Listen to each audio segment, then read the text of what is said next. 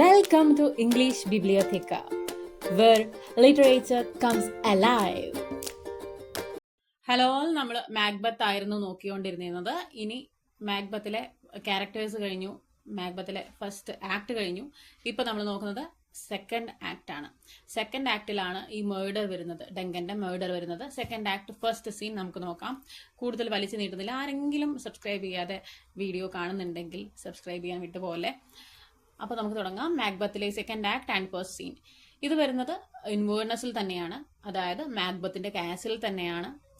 ഡങ്കനെ കൊല്ലുന്നതിന് കുറച്ചു നേരം മുൻപുള്ള സീനാണ് ഈ കാണുന്ന ഫസ്റ്റ് സീന്. ഒരു ഡാഗർ സീൻ എന്ന് അറിയപ്പെടുന്നുണ്ട്. ഇത് രാത്രിയാണ്, പാതിരാത്രി എല്ലാവരും കിടന്നുറങ്ങാനുള്ള ആ ഒരു സമയം. ആ സമയത്ത് ബാങ്കോയ്ക്കും ഫ്ലിയാൻസിനും കിടന്ന ഉറക്കം വരുന്നില്ല. They are roaming around the കാസലിന്റെ ഉള്ളിലായാലും പുറത്തായാലും അവരിങ്ങനെ എന്ത് ചെയ്യാണ്, റോം ചെയ്തുകൊണ്ടിരിക്കുകയാണ്. അവർക്ക് ഉറക്കം വരുന്നില്ല, എന്തൊക്കെയോ അവരെ ഡിസ്റ്റർബ് ചെയ്യുന്നുണ്ട്. പ്രത്യേകിച്ച് ബാങ്കോയും മാക്ബത്ത് ഒരുമിച്ചാണല്ലോ ആ ഒരു വിച്ചസിനെ കണ്ടതും അവർ തമ്മിലുള്ള ആ ഒരു സംസാരമൊക്കെ ബാങ്കോന്റെ ഉറക്കം കെടുത്തുന്നുണ്ട്.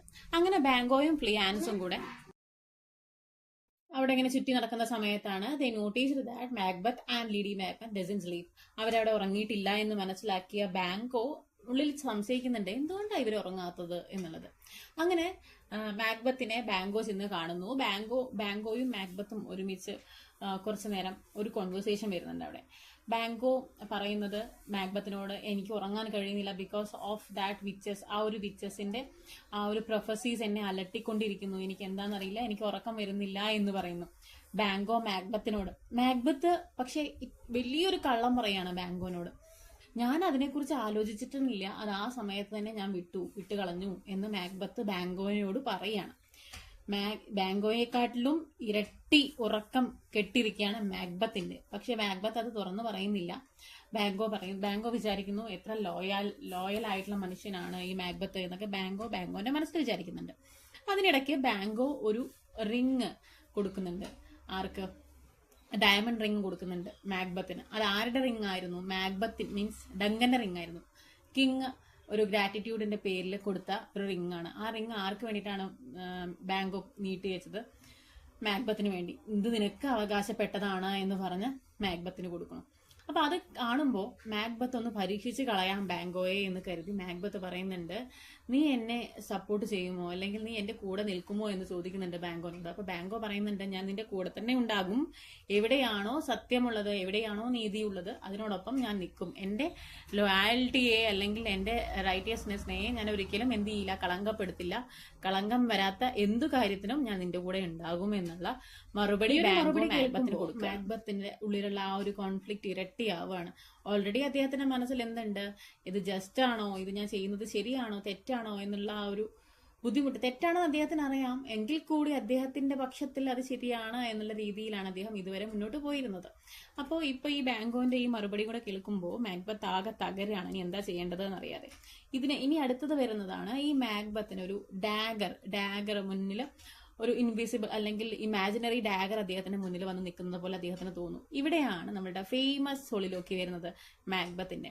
ഈസ് ദിസ് ഡാഗർ എന്നൊക്കെ പറഞ്ഞു, ഇതൊരു ഡാഗർ ആണോ, ഇതാണോ എന്റെ ഇൻസ്ട്രുമെന്റ്, ഇതാണോ ഞാൻ ഉപയോഗിക്കാൻ പോകുന്ന ആയുധം, അതുപോലെ ഇത് ബ്ലഡി ഡാഗർ ആണല്ലോ, അങ്ങനെ കുറെ കാര്യങ്ങൾ പറയുന്നുണ്ട് അദ്ദേഹം ആ ഒരു സോളിലോക്കിയിൽ. അപ്പൊ ഈ ഒരു സീനിനെ പറയുന്ന പേരാണ് ഡാഗർ സീൻ എന്നുള്ളത്.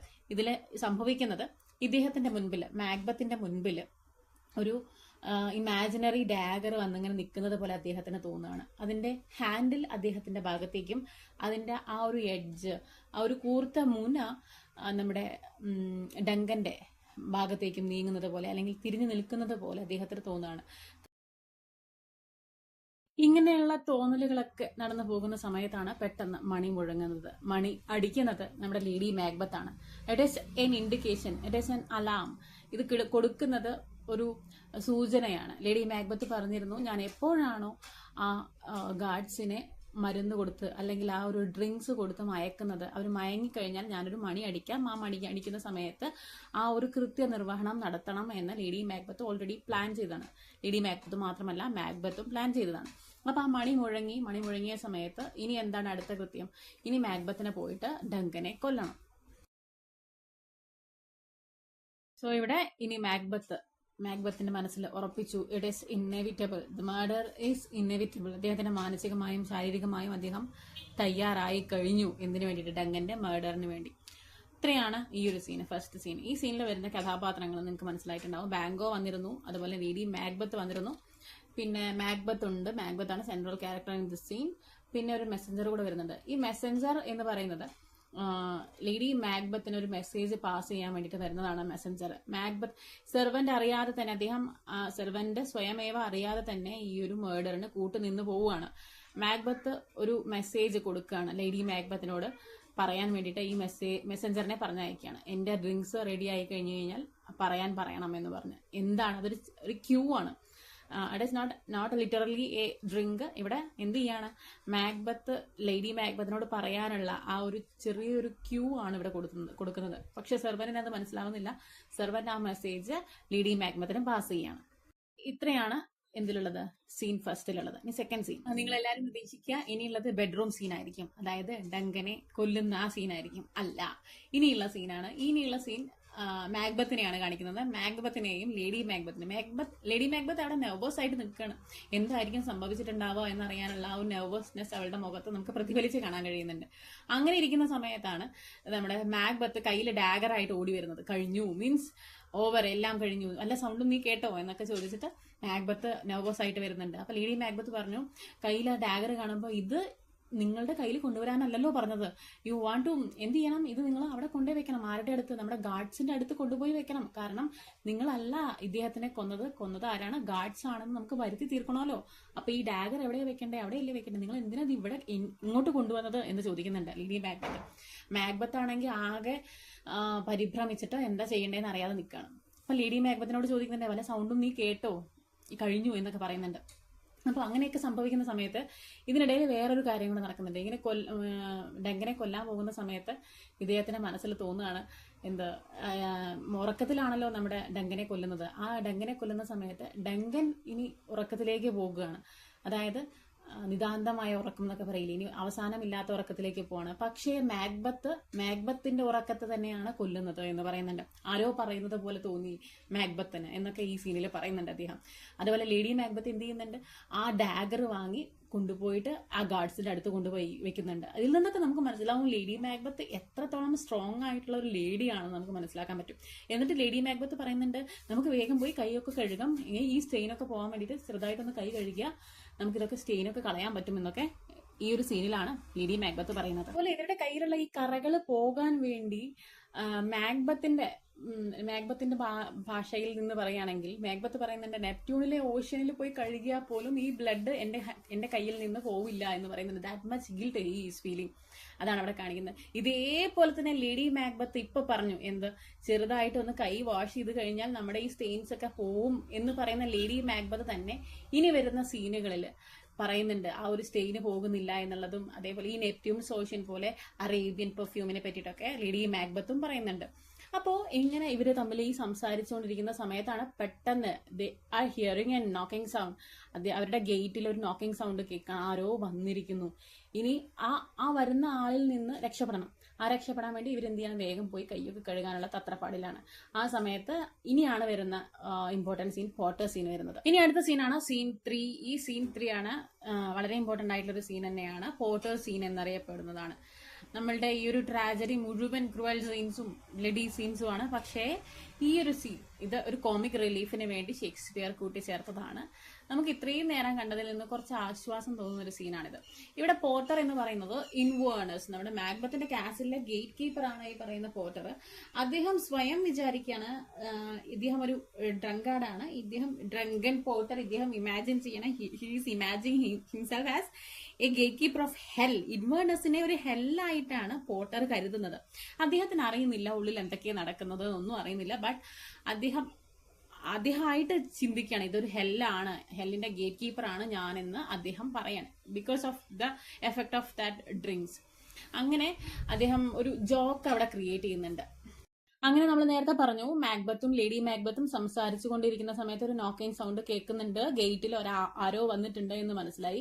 പക്ഷെ ഈ പോർട്ടർ ഗേറ്റ് മാത്രം തുറക്കുന്നില്ല. ഇദ്ദേഹം ഇപ്പോഴും ഇങ്ങനെ പിച്ചും പേയും പറഞ്ഞുകൊണ്ടിരിക്കുകയാണ്, ഓരോ കഥ പറഞ്ഞുകൊണ്ടിരിക്കുകയാണ്. ഗേറ്റിന്റെ ഉള്ളിലേക്ക് അല്ലെങ്കിൽ ഈ ഒരു കൊട്ടാരത്തിന്റെ ഉള്ളിലേക്ക്, ഈ ഹെല്ലിന്റെ ഉള്ളിലേക്ക് കയറാൻ വേണ്ടി ഇതാ സിന്നേഴ്സ് ക്യൂ ആയി വരുന്നു എന്നൊക്കെ പറഞ്ഞ് അദ്ദേഹം ഒരു കോമിക് സീൻ അവിടെ ക്രിയേറ്റ് ചെയ്യാണ്. അപ്പൊ അവിടെ ആരാണ് നോക്ക് ചെയ്യുന്നത് എന്നറിയോ? അത് വരുന്നത് മറ്റാരുമല്ല, മാക്ഡഫും ലിനക്സും ആണ് വരുന്നത്. എന്തിനു വേണ്ടിയിട്ട്? ഡങ്കനെ വിളിച്ചുണർത്താൻ വേണ്ടി വരികയാണ്. ആ സമയത്ത് അവർക്ക് മനസ്സിലാവുന്നു Lennox describe a night full of strange omens. അതായത് ലിനക്സ് പറയാണ് കഴിഞ്ഞ രാത്രി ഉണ്ടായ ആ ഒരു ബാഡ് വെതറിനെ പറ്റിയൊക്കെ പറയണം. നന്നല്ലാത്ത രാത്രിയായിരുന്നു, വളരെ ബുദ്ധിമുട്ടേറിയ ഒരു രാത്രിയായിരുന്നു എന്നൊക്കെ പറയാണ് ലിനക്സ്. കഴിഞ്ഞ രാത്രിയെ പറ്റിയാ പറയുന്നത്, അല്ലാതെ ഈ മേർഡറിനെ പറ്റിയല്ല. അങ്ങനെ മാക്ഡഫ് എന്ത് ചെയ്യുന്നു? ഇത് സംസാരിച്ചു കൊണ്ടിരിക്കുന്ന സമയത്ത് മാക്ഡഫ് നമ്മുടെ ഡങ്കനെ വിളിച്ചു നിർത്താൻ വേണ്ടി ചെമ്പറിന്റെ ഉള്ളിൽ കയറുന്ന സമയത്ത് മാക്ഡഫ് ഡിസ്കവർ ചെയ്യാണ്. ഹി ഡിസ്കവേഴ്സ് ദാറ്റ് ആരുടെ ഡങ്കന്റെ മേർഡർ കണ്ട് ഇവർക്ക് ഇദ്ദേഹത്തിന് എന്ത് ചെയ്യുക? ഇദ്ദേഹം സ്ക്രീം ചെയ്യണം, ഓ ഹൊറർ, ഓ ഹൊറർ, ഹൊറർ എന്ന് പറയുന്നുണ്ട് മാക്ഡഫ്. അത് കേട്ടിട്ട് ലിനക്സ് മാത്രമല്ല മാക്ബത്തും ഓടി ഉള്ളിലേക്ക് കയറുന്നുണ്ട്. അപ്പൊ ഈ ചേമ്പറിന്റെ ഉള്ളിൽ ഇപ്പൊ ആരൊക്കെയുള്ളത്? ലിനക്സ് ഉണ്ട്, മാക്ബത്ത് ഉണ്ട്, മാക്ഡഫ് ഉണ്ട്, ഈ 3 പേരുണ്ട്. അപ്പൊ മാക്ബത്ത് എന്ത് ചെയ്തു? മാക്ബത്ത് ഇത് കണ്ടിട്ട് പെട്ടെന്ന് പേടിച്ചു. പേടിക്കൽ എന്തിനു വേണ്ടിയിട്ട്? അദ്ദേഹത്തിന് അറിയാം ഓൾറെഡി അദ്ദേഹം തന്നെയാണ് കൊന്നത്. പക്ഷേ അദ്ദേഹത്തിന്റെ ആ ഒരു ഗിൽട്ട് മറയ്ക്കാൻ വേണ്ടി ഇദ്ദേഹം ചെയ്തതാണ്, കവറപ്പ് ചെയ്യാൻ വേണ്ടിയിട്ട്. അദ്ദേഹം പെട്ടെന്ന് ഈ ഡങ്കന്റെ ഗാർഡ്സിനെ വേഗം കൊന്നു. അതായത് അദ്ദേഹത്തിന്റെ വാള് കൊണ്ട് കൊന്നു. എന്തിനാണ് അങ്ങനെ കൊന്നത്, എന്താണ് സംഭവിച്ചത് എന്ന് അറിയുന്നതിന് മുൻപ്, അവരോട് ചോദിക്കുന്നതിന് മുമ്പ് തന്നെ കൊല്ലുകയാണ് ഉണ്ടായത്. ആ സമയത്ത് തന്നെ ഇവര് ആകെ മാക്ഡഫൊക്കെ ആകെ ഇതാവുന്നുണ്ട്. എന്തുകൊണ്ട് ഒന്ന് ചോദിക്കും പറയുമെന്ന് ചെയ്യാതെ എന്തിനാണ് കൊന്നത് എന്നുള്ള സംശയം നിൽക്കുന്നവരുടെ എല്ലാവരുടെയും മനസ്സിലേക്ക് വരുന്നുണ്ട്. മാക്ബത്ത് അതിനെ കവറപ്പ് ചെയ്യാൻ വേണ്ടി പറയുന്നുണ്ട്, എനിക്ക് എന്റെ ആ ഒരു ദേഷ്യത്തിന്, നമ്മുടെ നാഥനെ കൊന്ന ആ ഒരു ദേഷ്യത്തിനാണ് ഞാൻ ചെയ്തത് എന്നൊക്കെ പറയുന്നുണ്ട് മാക്ബത്ത്. അതിനുശേഷം പിന്നെ മാൽക്കും അതേപോലെ ഡൊണാൾഡ് വെയിന്റെയും ഡിസിഷൻ ഇതാണ്, അവരുടെ അച്ഛൻ നഷ്ടപ്പെട്ടു, അപ്പോൾ നമ്മുടെ ജീവനും നഷ്ടപ്പെടാനുള്ള സാധ്യത ഏറെയാണ്. So we have to escape from here എന്ന് പറഞ്ഞിട്ട് മാൽക്കം ഇംഗ്ലണ്ടിലേക്ക് പോകാനും ഡൊണാൾഡ് ബീൻ അയർലൻഡിലേക്ക് പോകാനുള്ള തീരുമാനം എടുക്കണം. ഇപ്പൊ ആരൊക്കെ ഉണ്ടായിരുന്നു ഈ ഒരു സീനിൽ നമുക്ക് കാണാം? മാക്ബത്ത് ഉണ്ട്, മാക്ഡഫ് ഉണ്ട്, ലിനക്സ് ഉണ്ട്, മാൽക്കം ഉണ്ട്, ഡൊണാൾഡ് ബെയിൻ ഉണ്ട്, അതുപോലെ തന്നെ അടുത്തതാണ് സീൻ 4. സീൻ 4ൽ ആദ്യം നമ്മൾ കാണുന്നത് റോസിനെയും അതുപോലെ ഒരു ഓൾഡ് മാൻ. റോസ് നേരത്തെ നമ്മൾ പറഞ്ഞില്ല, ഒരു മെസ്സഞ്ചറെ പോലെ ആക്ട് ചെയ്യുന്ന ഒരു നോബിൾ മാൻ, അവരും അതേപോലെ ഒരു ഓൾഡ് മാനും തമ്മിൽ ഒരു ഡിസ്കഷൻ നടക്കുകയാണ്, about the strange and unnatural occurrences. അതായത് ലാസ്റ്റ് ഡേ നടന്ന കുറച്ച് കാര്യങ്ങൾ ഓൾഡ് മാൻ നോട്ടീസ് ചെയ്തിരിക്കുന്നുണ്ട്. ആ നോട്ടീസ് ചെയ്ത കാര്യങ്ങൾ അദ്ദേഹം റോസുമായിട്ട് ഡിസ്കസ് ചെയ്യണം. എന്തൊക്കെയാണ് ആ കാര്യങ്ങൾ നോക്കാം. It is A day time. അതൊരു ഡേ ടൈം ആയിരുന്നു, but the sky was dark. Sky ഒരു ഡാർക്ക് ആയിട്ട് തോന്നുന്നു, ലൈക്ക് ഇരുട്ട് പോലെ, നൈറ്റ് പോലെ അവർക്ക് തോന്നി എന്ന് പറയുന്നുണ്ട് അദ്ദേഹം. അതുപോലെ വേറൊരു സൈറ്റാണ് അദ്ദേഹം കണ്ടത്, an owl killed a falcon. ഒരിക്കലും ഒരു നാച്ചുറൽ ഓർഡറിൽ നടക്കുന്ന ഒരു കാര്യമല്ല ഒരു ഔള് ഫാൽക്കണെ കൊല്ലുക എന്നുള്ളത്. ഫാൽക്കണാണ് എപ്പോഴും എന്ത് ചെയ്യുക? ഔളിനെ അറ്റാക്ക് ചെയ്യുന്നത്. പക്ഷെ ഇവിടെ റിവേഴ്സ് ഓർഡറിൽ നടന്നു എന്ന് ആര് പറയാണ്? ഓൾഡ് മാൻ പറഞ്ഞ കണ്ട ഒരു സൈറ്റ് അദ്ദേഹം എക്സ്പ്ലെയിൻ ചെയ്യണം. അതുപോലെ കണ്ട മറ്റൊരു കാര്യമാണ് Duncan's horses went wild and eat each other. അതും എന്താണ്, നന്നല്ലാത്തൊരു കാഴ്ചയാണെന്ന് ഓൾഡ് മാൻ റോസിനോട് പറയാണ്. ഇനി അടുത്തത് മാക്ഡഫ് വന്നു. അതിനിടയിലേക്ക് മാക്ഡഫ് വന്നിട്ട് ലേറ്റസ്റ്റ് ആയിട്ടുള്ള ഒരു ന്യൂസും കൊണ്ടാണ് അദ്ദേഹം വരുന്നത്. ന്യൂസ് മറ്റൊന്നുമല്ല, മാൽക്കവും അതേപോലെ ഡൊണാൾഡ് ബെയിനും ഇവിടുന്ന് രക്ഷപ്പെട്ടിരിക്കുന്നു, അല്ലെങ്കിൽ മറ്റൊരു രാജ്യത്തേക്ക് പലായനം ചെയ്തിരിക്കുന്നു എന്ന വാർത്തയാണ്. അപ്പൊ ഈ പലായനം ചെയ്യാൻ എന്തുകൊണ്ട് പലായനം ചെയ്തു എന്നുള്ള ചോദ്യത്തിന് അവരായിരിക്കും ഈ ഡങ്കനെ മർഡർ ചെയ്തത് എന്നുള്ള സസ്പെക്റ്റിലേക്ക് എത്തണം. അപ്പൊ മാക്ബത്ത് ആണ് ഇനി അടുത്ത കിങ് ആവാൻ പോകുന്നത്. എല്ലാവരും പറയുന്ന പേരാരാണ്? മാക്ബത്ത് ആണ്. മാക്ബത്തിന്റെ കൊറോണേഷന് വേണ്ടിയിട്ടുള്ള തയ്യാറെടുപ്പുകൾ നടന്നു തുടങ്ങി. അതിനോടൊപ്പം തന്നെ ഡങ്കന്റെ ബോഡി എവിടെ എത്തിച്ചു? കോംകില്ലിൽ എത്തിച്ചു, ബറി ചെയ്തു. കോംകിൽ എന്ന് പറയുന്നത് ഒരു റോയൽ ബറിയൽ സൈറ്റ് ആണ്. കോംകിൽ, COLMEKILL, കോംകിൽ. കാര്യം എന്തൊക്കെ പറയുകയാണെങ്കിലും മാക്ഡഫിന് ഇപ്പോഴും ഒരു സംശയമുണ്ട് കേട്ടോ. നേരത്തെ കണ്ട ഒരു സീനാണല്ലോ, മാക്ബത്ത് ഒന്നും ചോദിക്കാതും പറയാതെയും ഗാർഡ്സിനെ കൊല്ലുന്നത്. ആ ഒരു സമയം മുതൽ തന്നെ മാക്ഡഫിന്റെ മനസ്സിലൊരു സംശയമുണ്ട്, മർഡറർ എന്നുള്ളത് മാക്ബത്ത് ആണോ എന്നുള്ളത്. അതുകൊണ്ട് നമ്മുടെ മാക്ബത്തിന്റെ കൊറോണേഷനുള്ള ആ ഒരു പരിപാടിയിൽ ആര് പങ്കെടുക്കുന്നില്ല? മാക്ഡഫ് പങ്കെടുക്കുന്നില്ല. അപ്പൊ ഈ സീനിലുള്ള മേജർ ക്യാരക്ടേഴ്സ് 3 പേരാണ്. റോസ് ഉണ്ട്, ഒരു ഓൾഡ് മാൻ വരുന്നുണ്ട്, പിന്നെ ഒരു മാക്ഡഫ്. ഈ 3 പേരാണ് ഈ ഒരു സീനിൽ. ഈ സീനിൽ നമുക്ക് മാക്ബത്തിനെ കാണാനേ കഴിയില്ല. ഈ 3 പേരാണ് ഇതിൽ വരുന്നത്. ഇത്രയാണ് മാക്ബത്തിലെ ആക്ട് 2 എന്ന് പറയുന്നത്. ഇത്രയാണ്. ഇത് വല്ലാതെ വലിച്ചു തീറ്റിട്ടില്ല, മാക്സിമം ബ്രീഫ് ചെയ്യാൻ ശ്രമിച്ചിട്ടുണ്ട്. സോ വീഡിയോ ഇഷ്ടപ്പെടുകയാണെങ്കിൽ ലൈക്ക് ചെയ്യുക, സബ്സ്ക്രൈബ് ചെയ്യുക, മറ്റുള്ളവർക്ക് ഷെയർ ചെയ്യാൻ പറ്റുകയാണെങ്കിൽ ഷെയർ ചെയ്യുക. താങ്ക്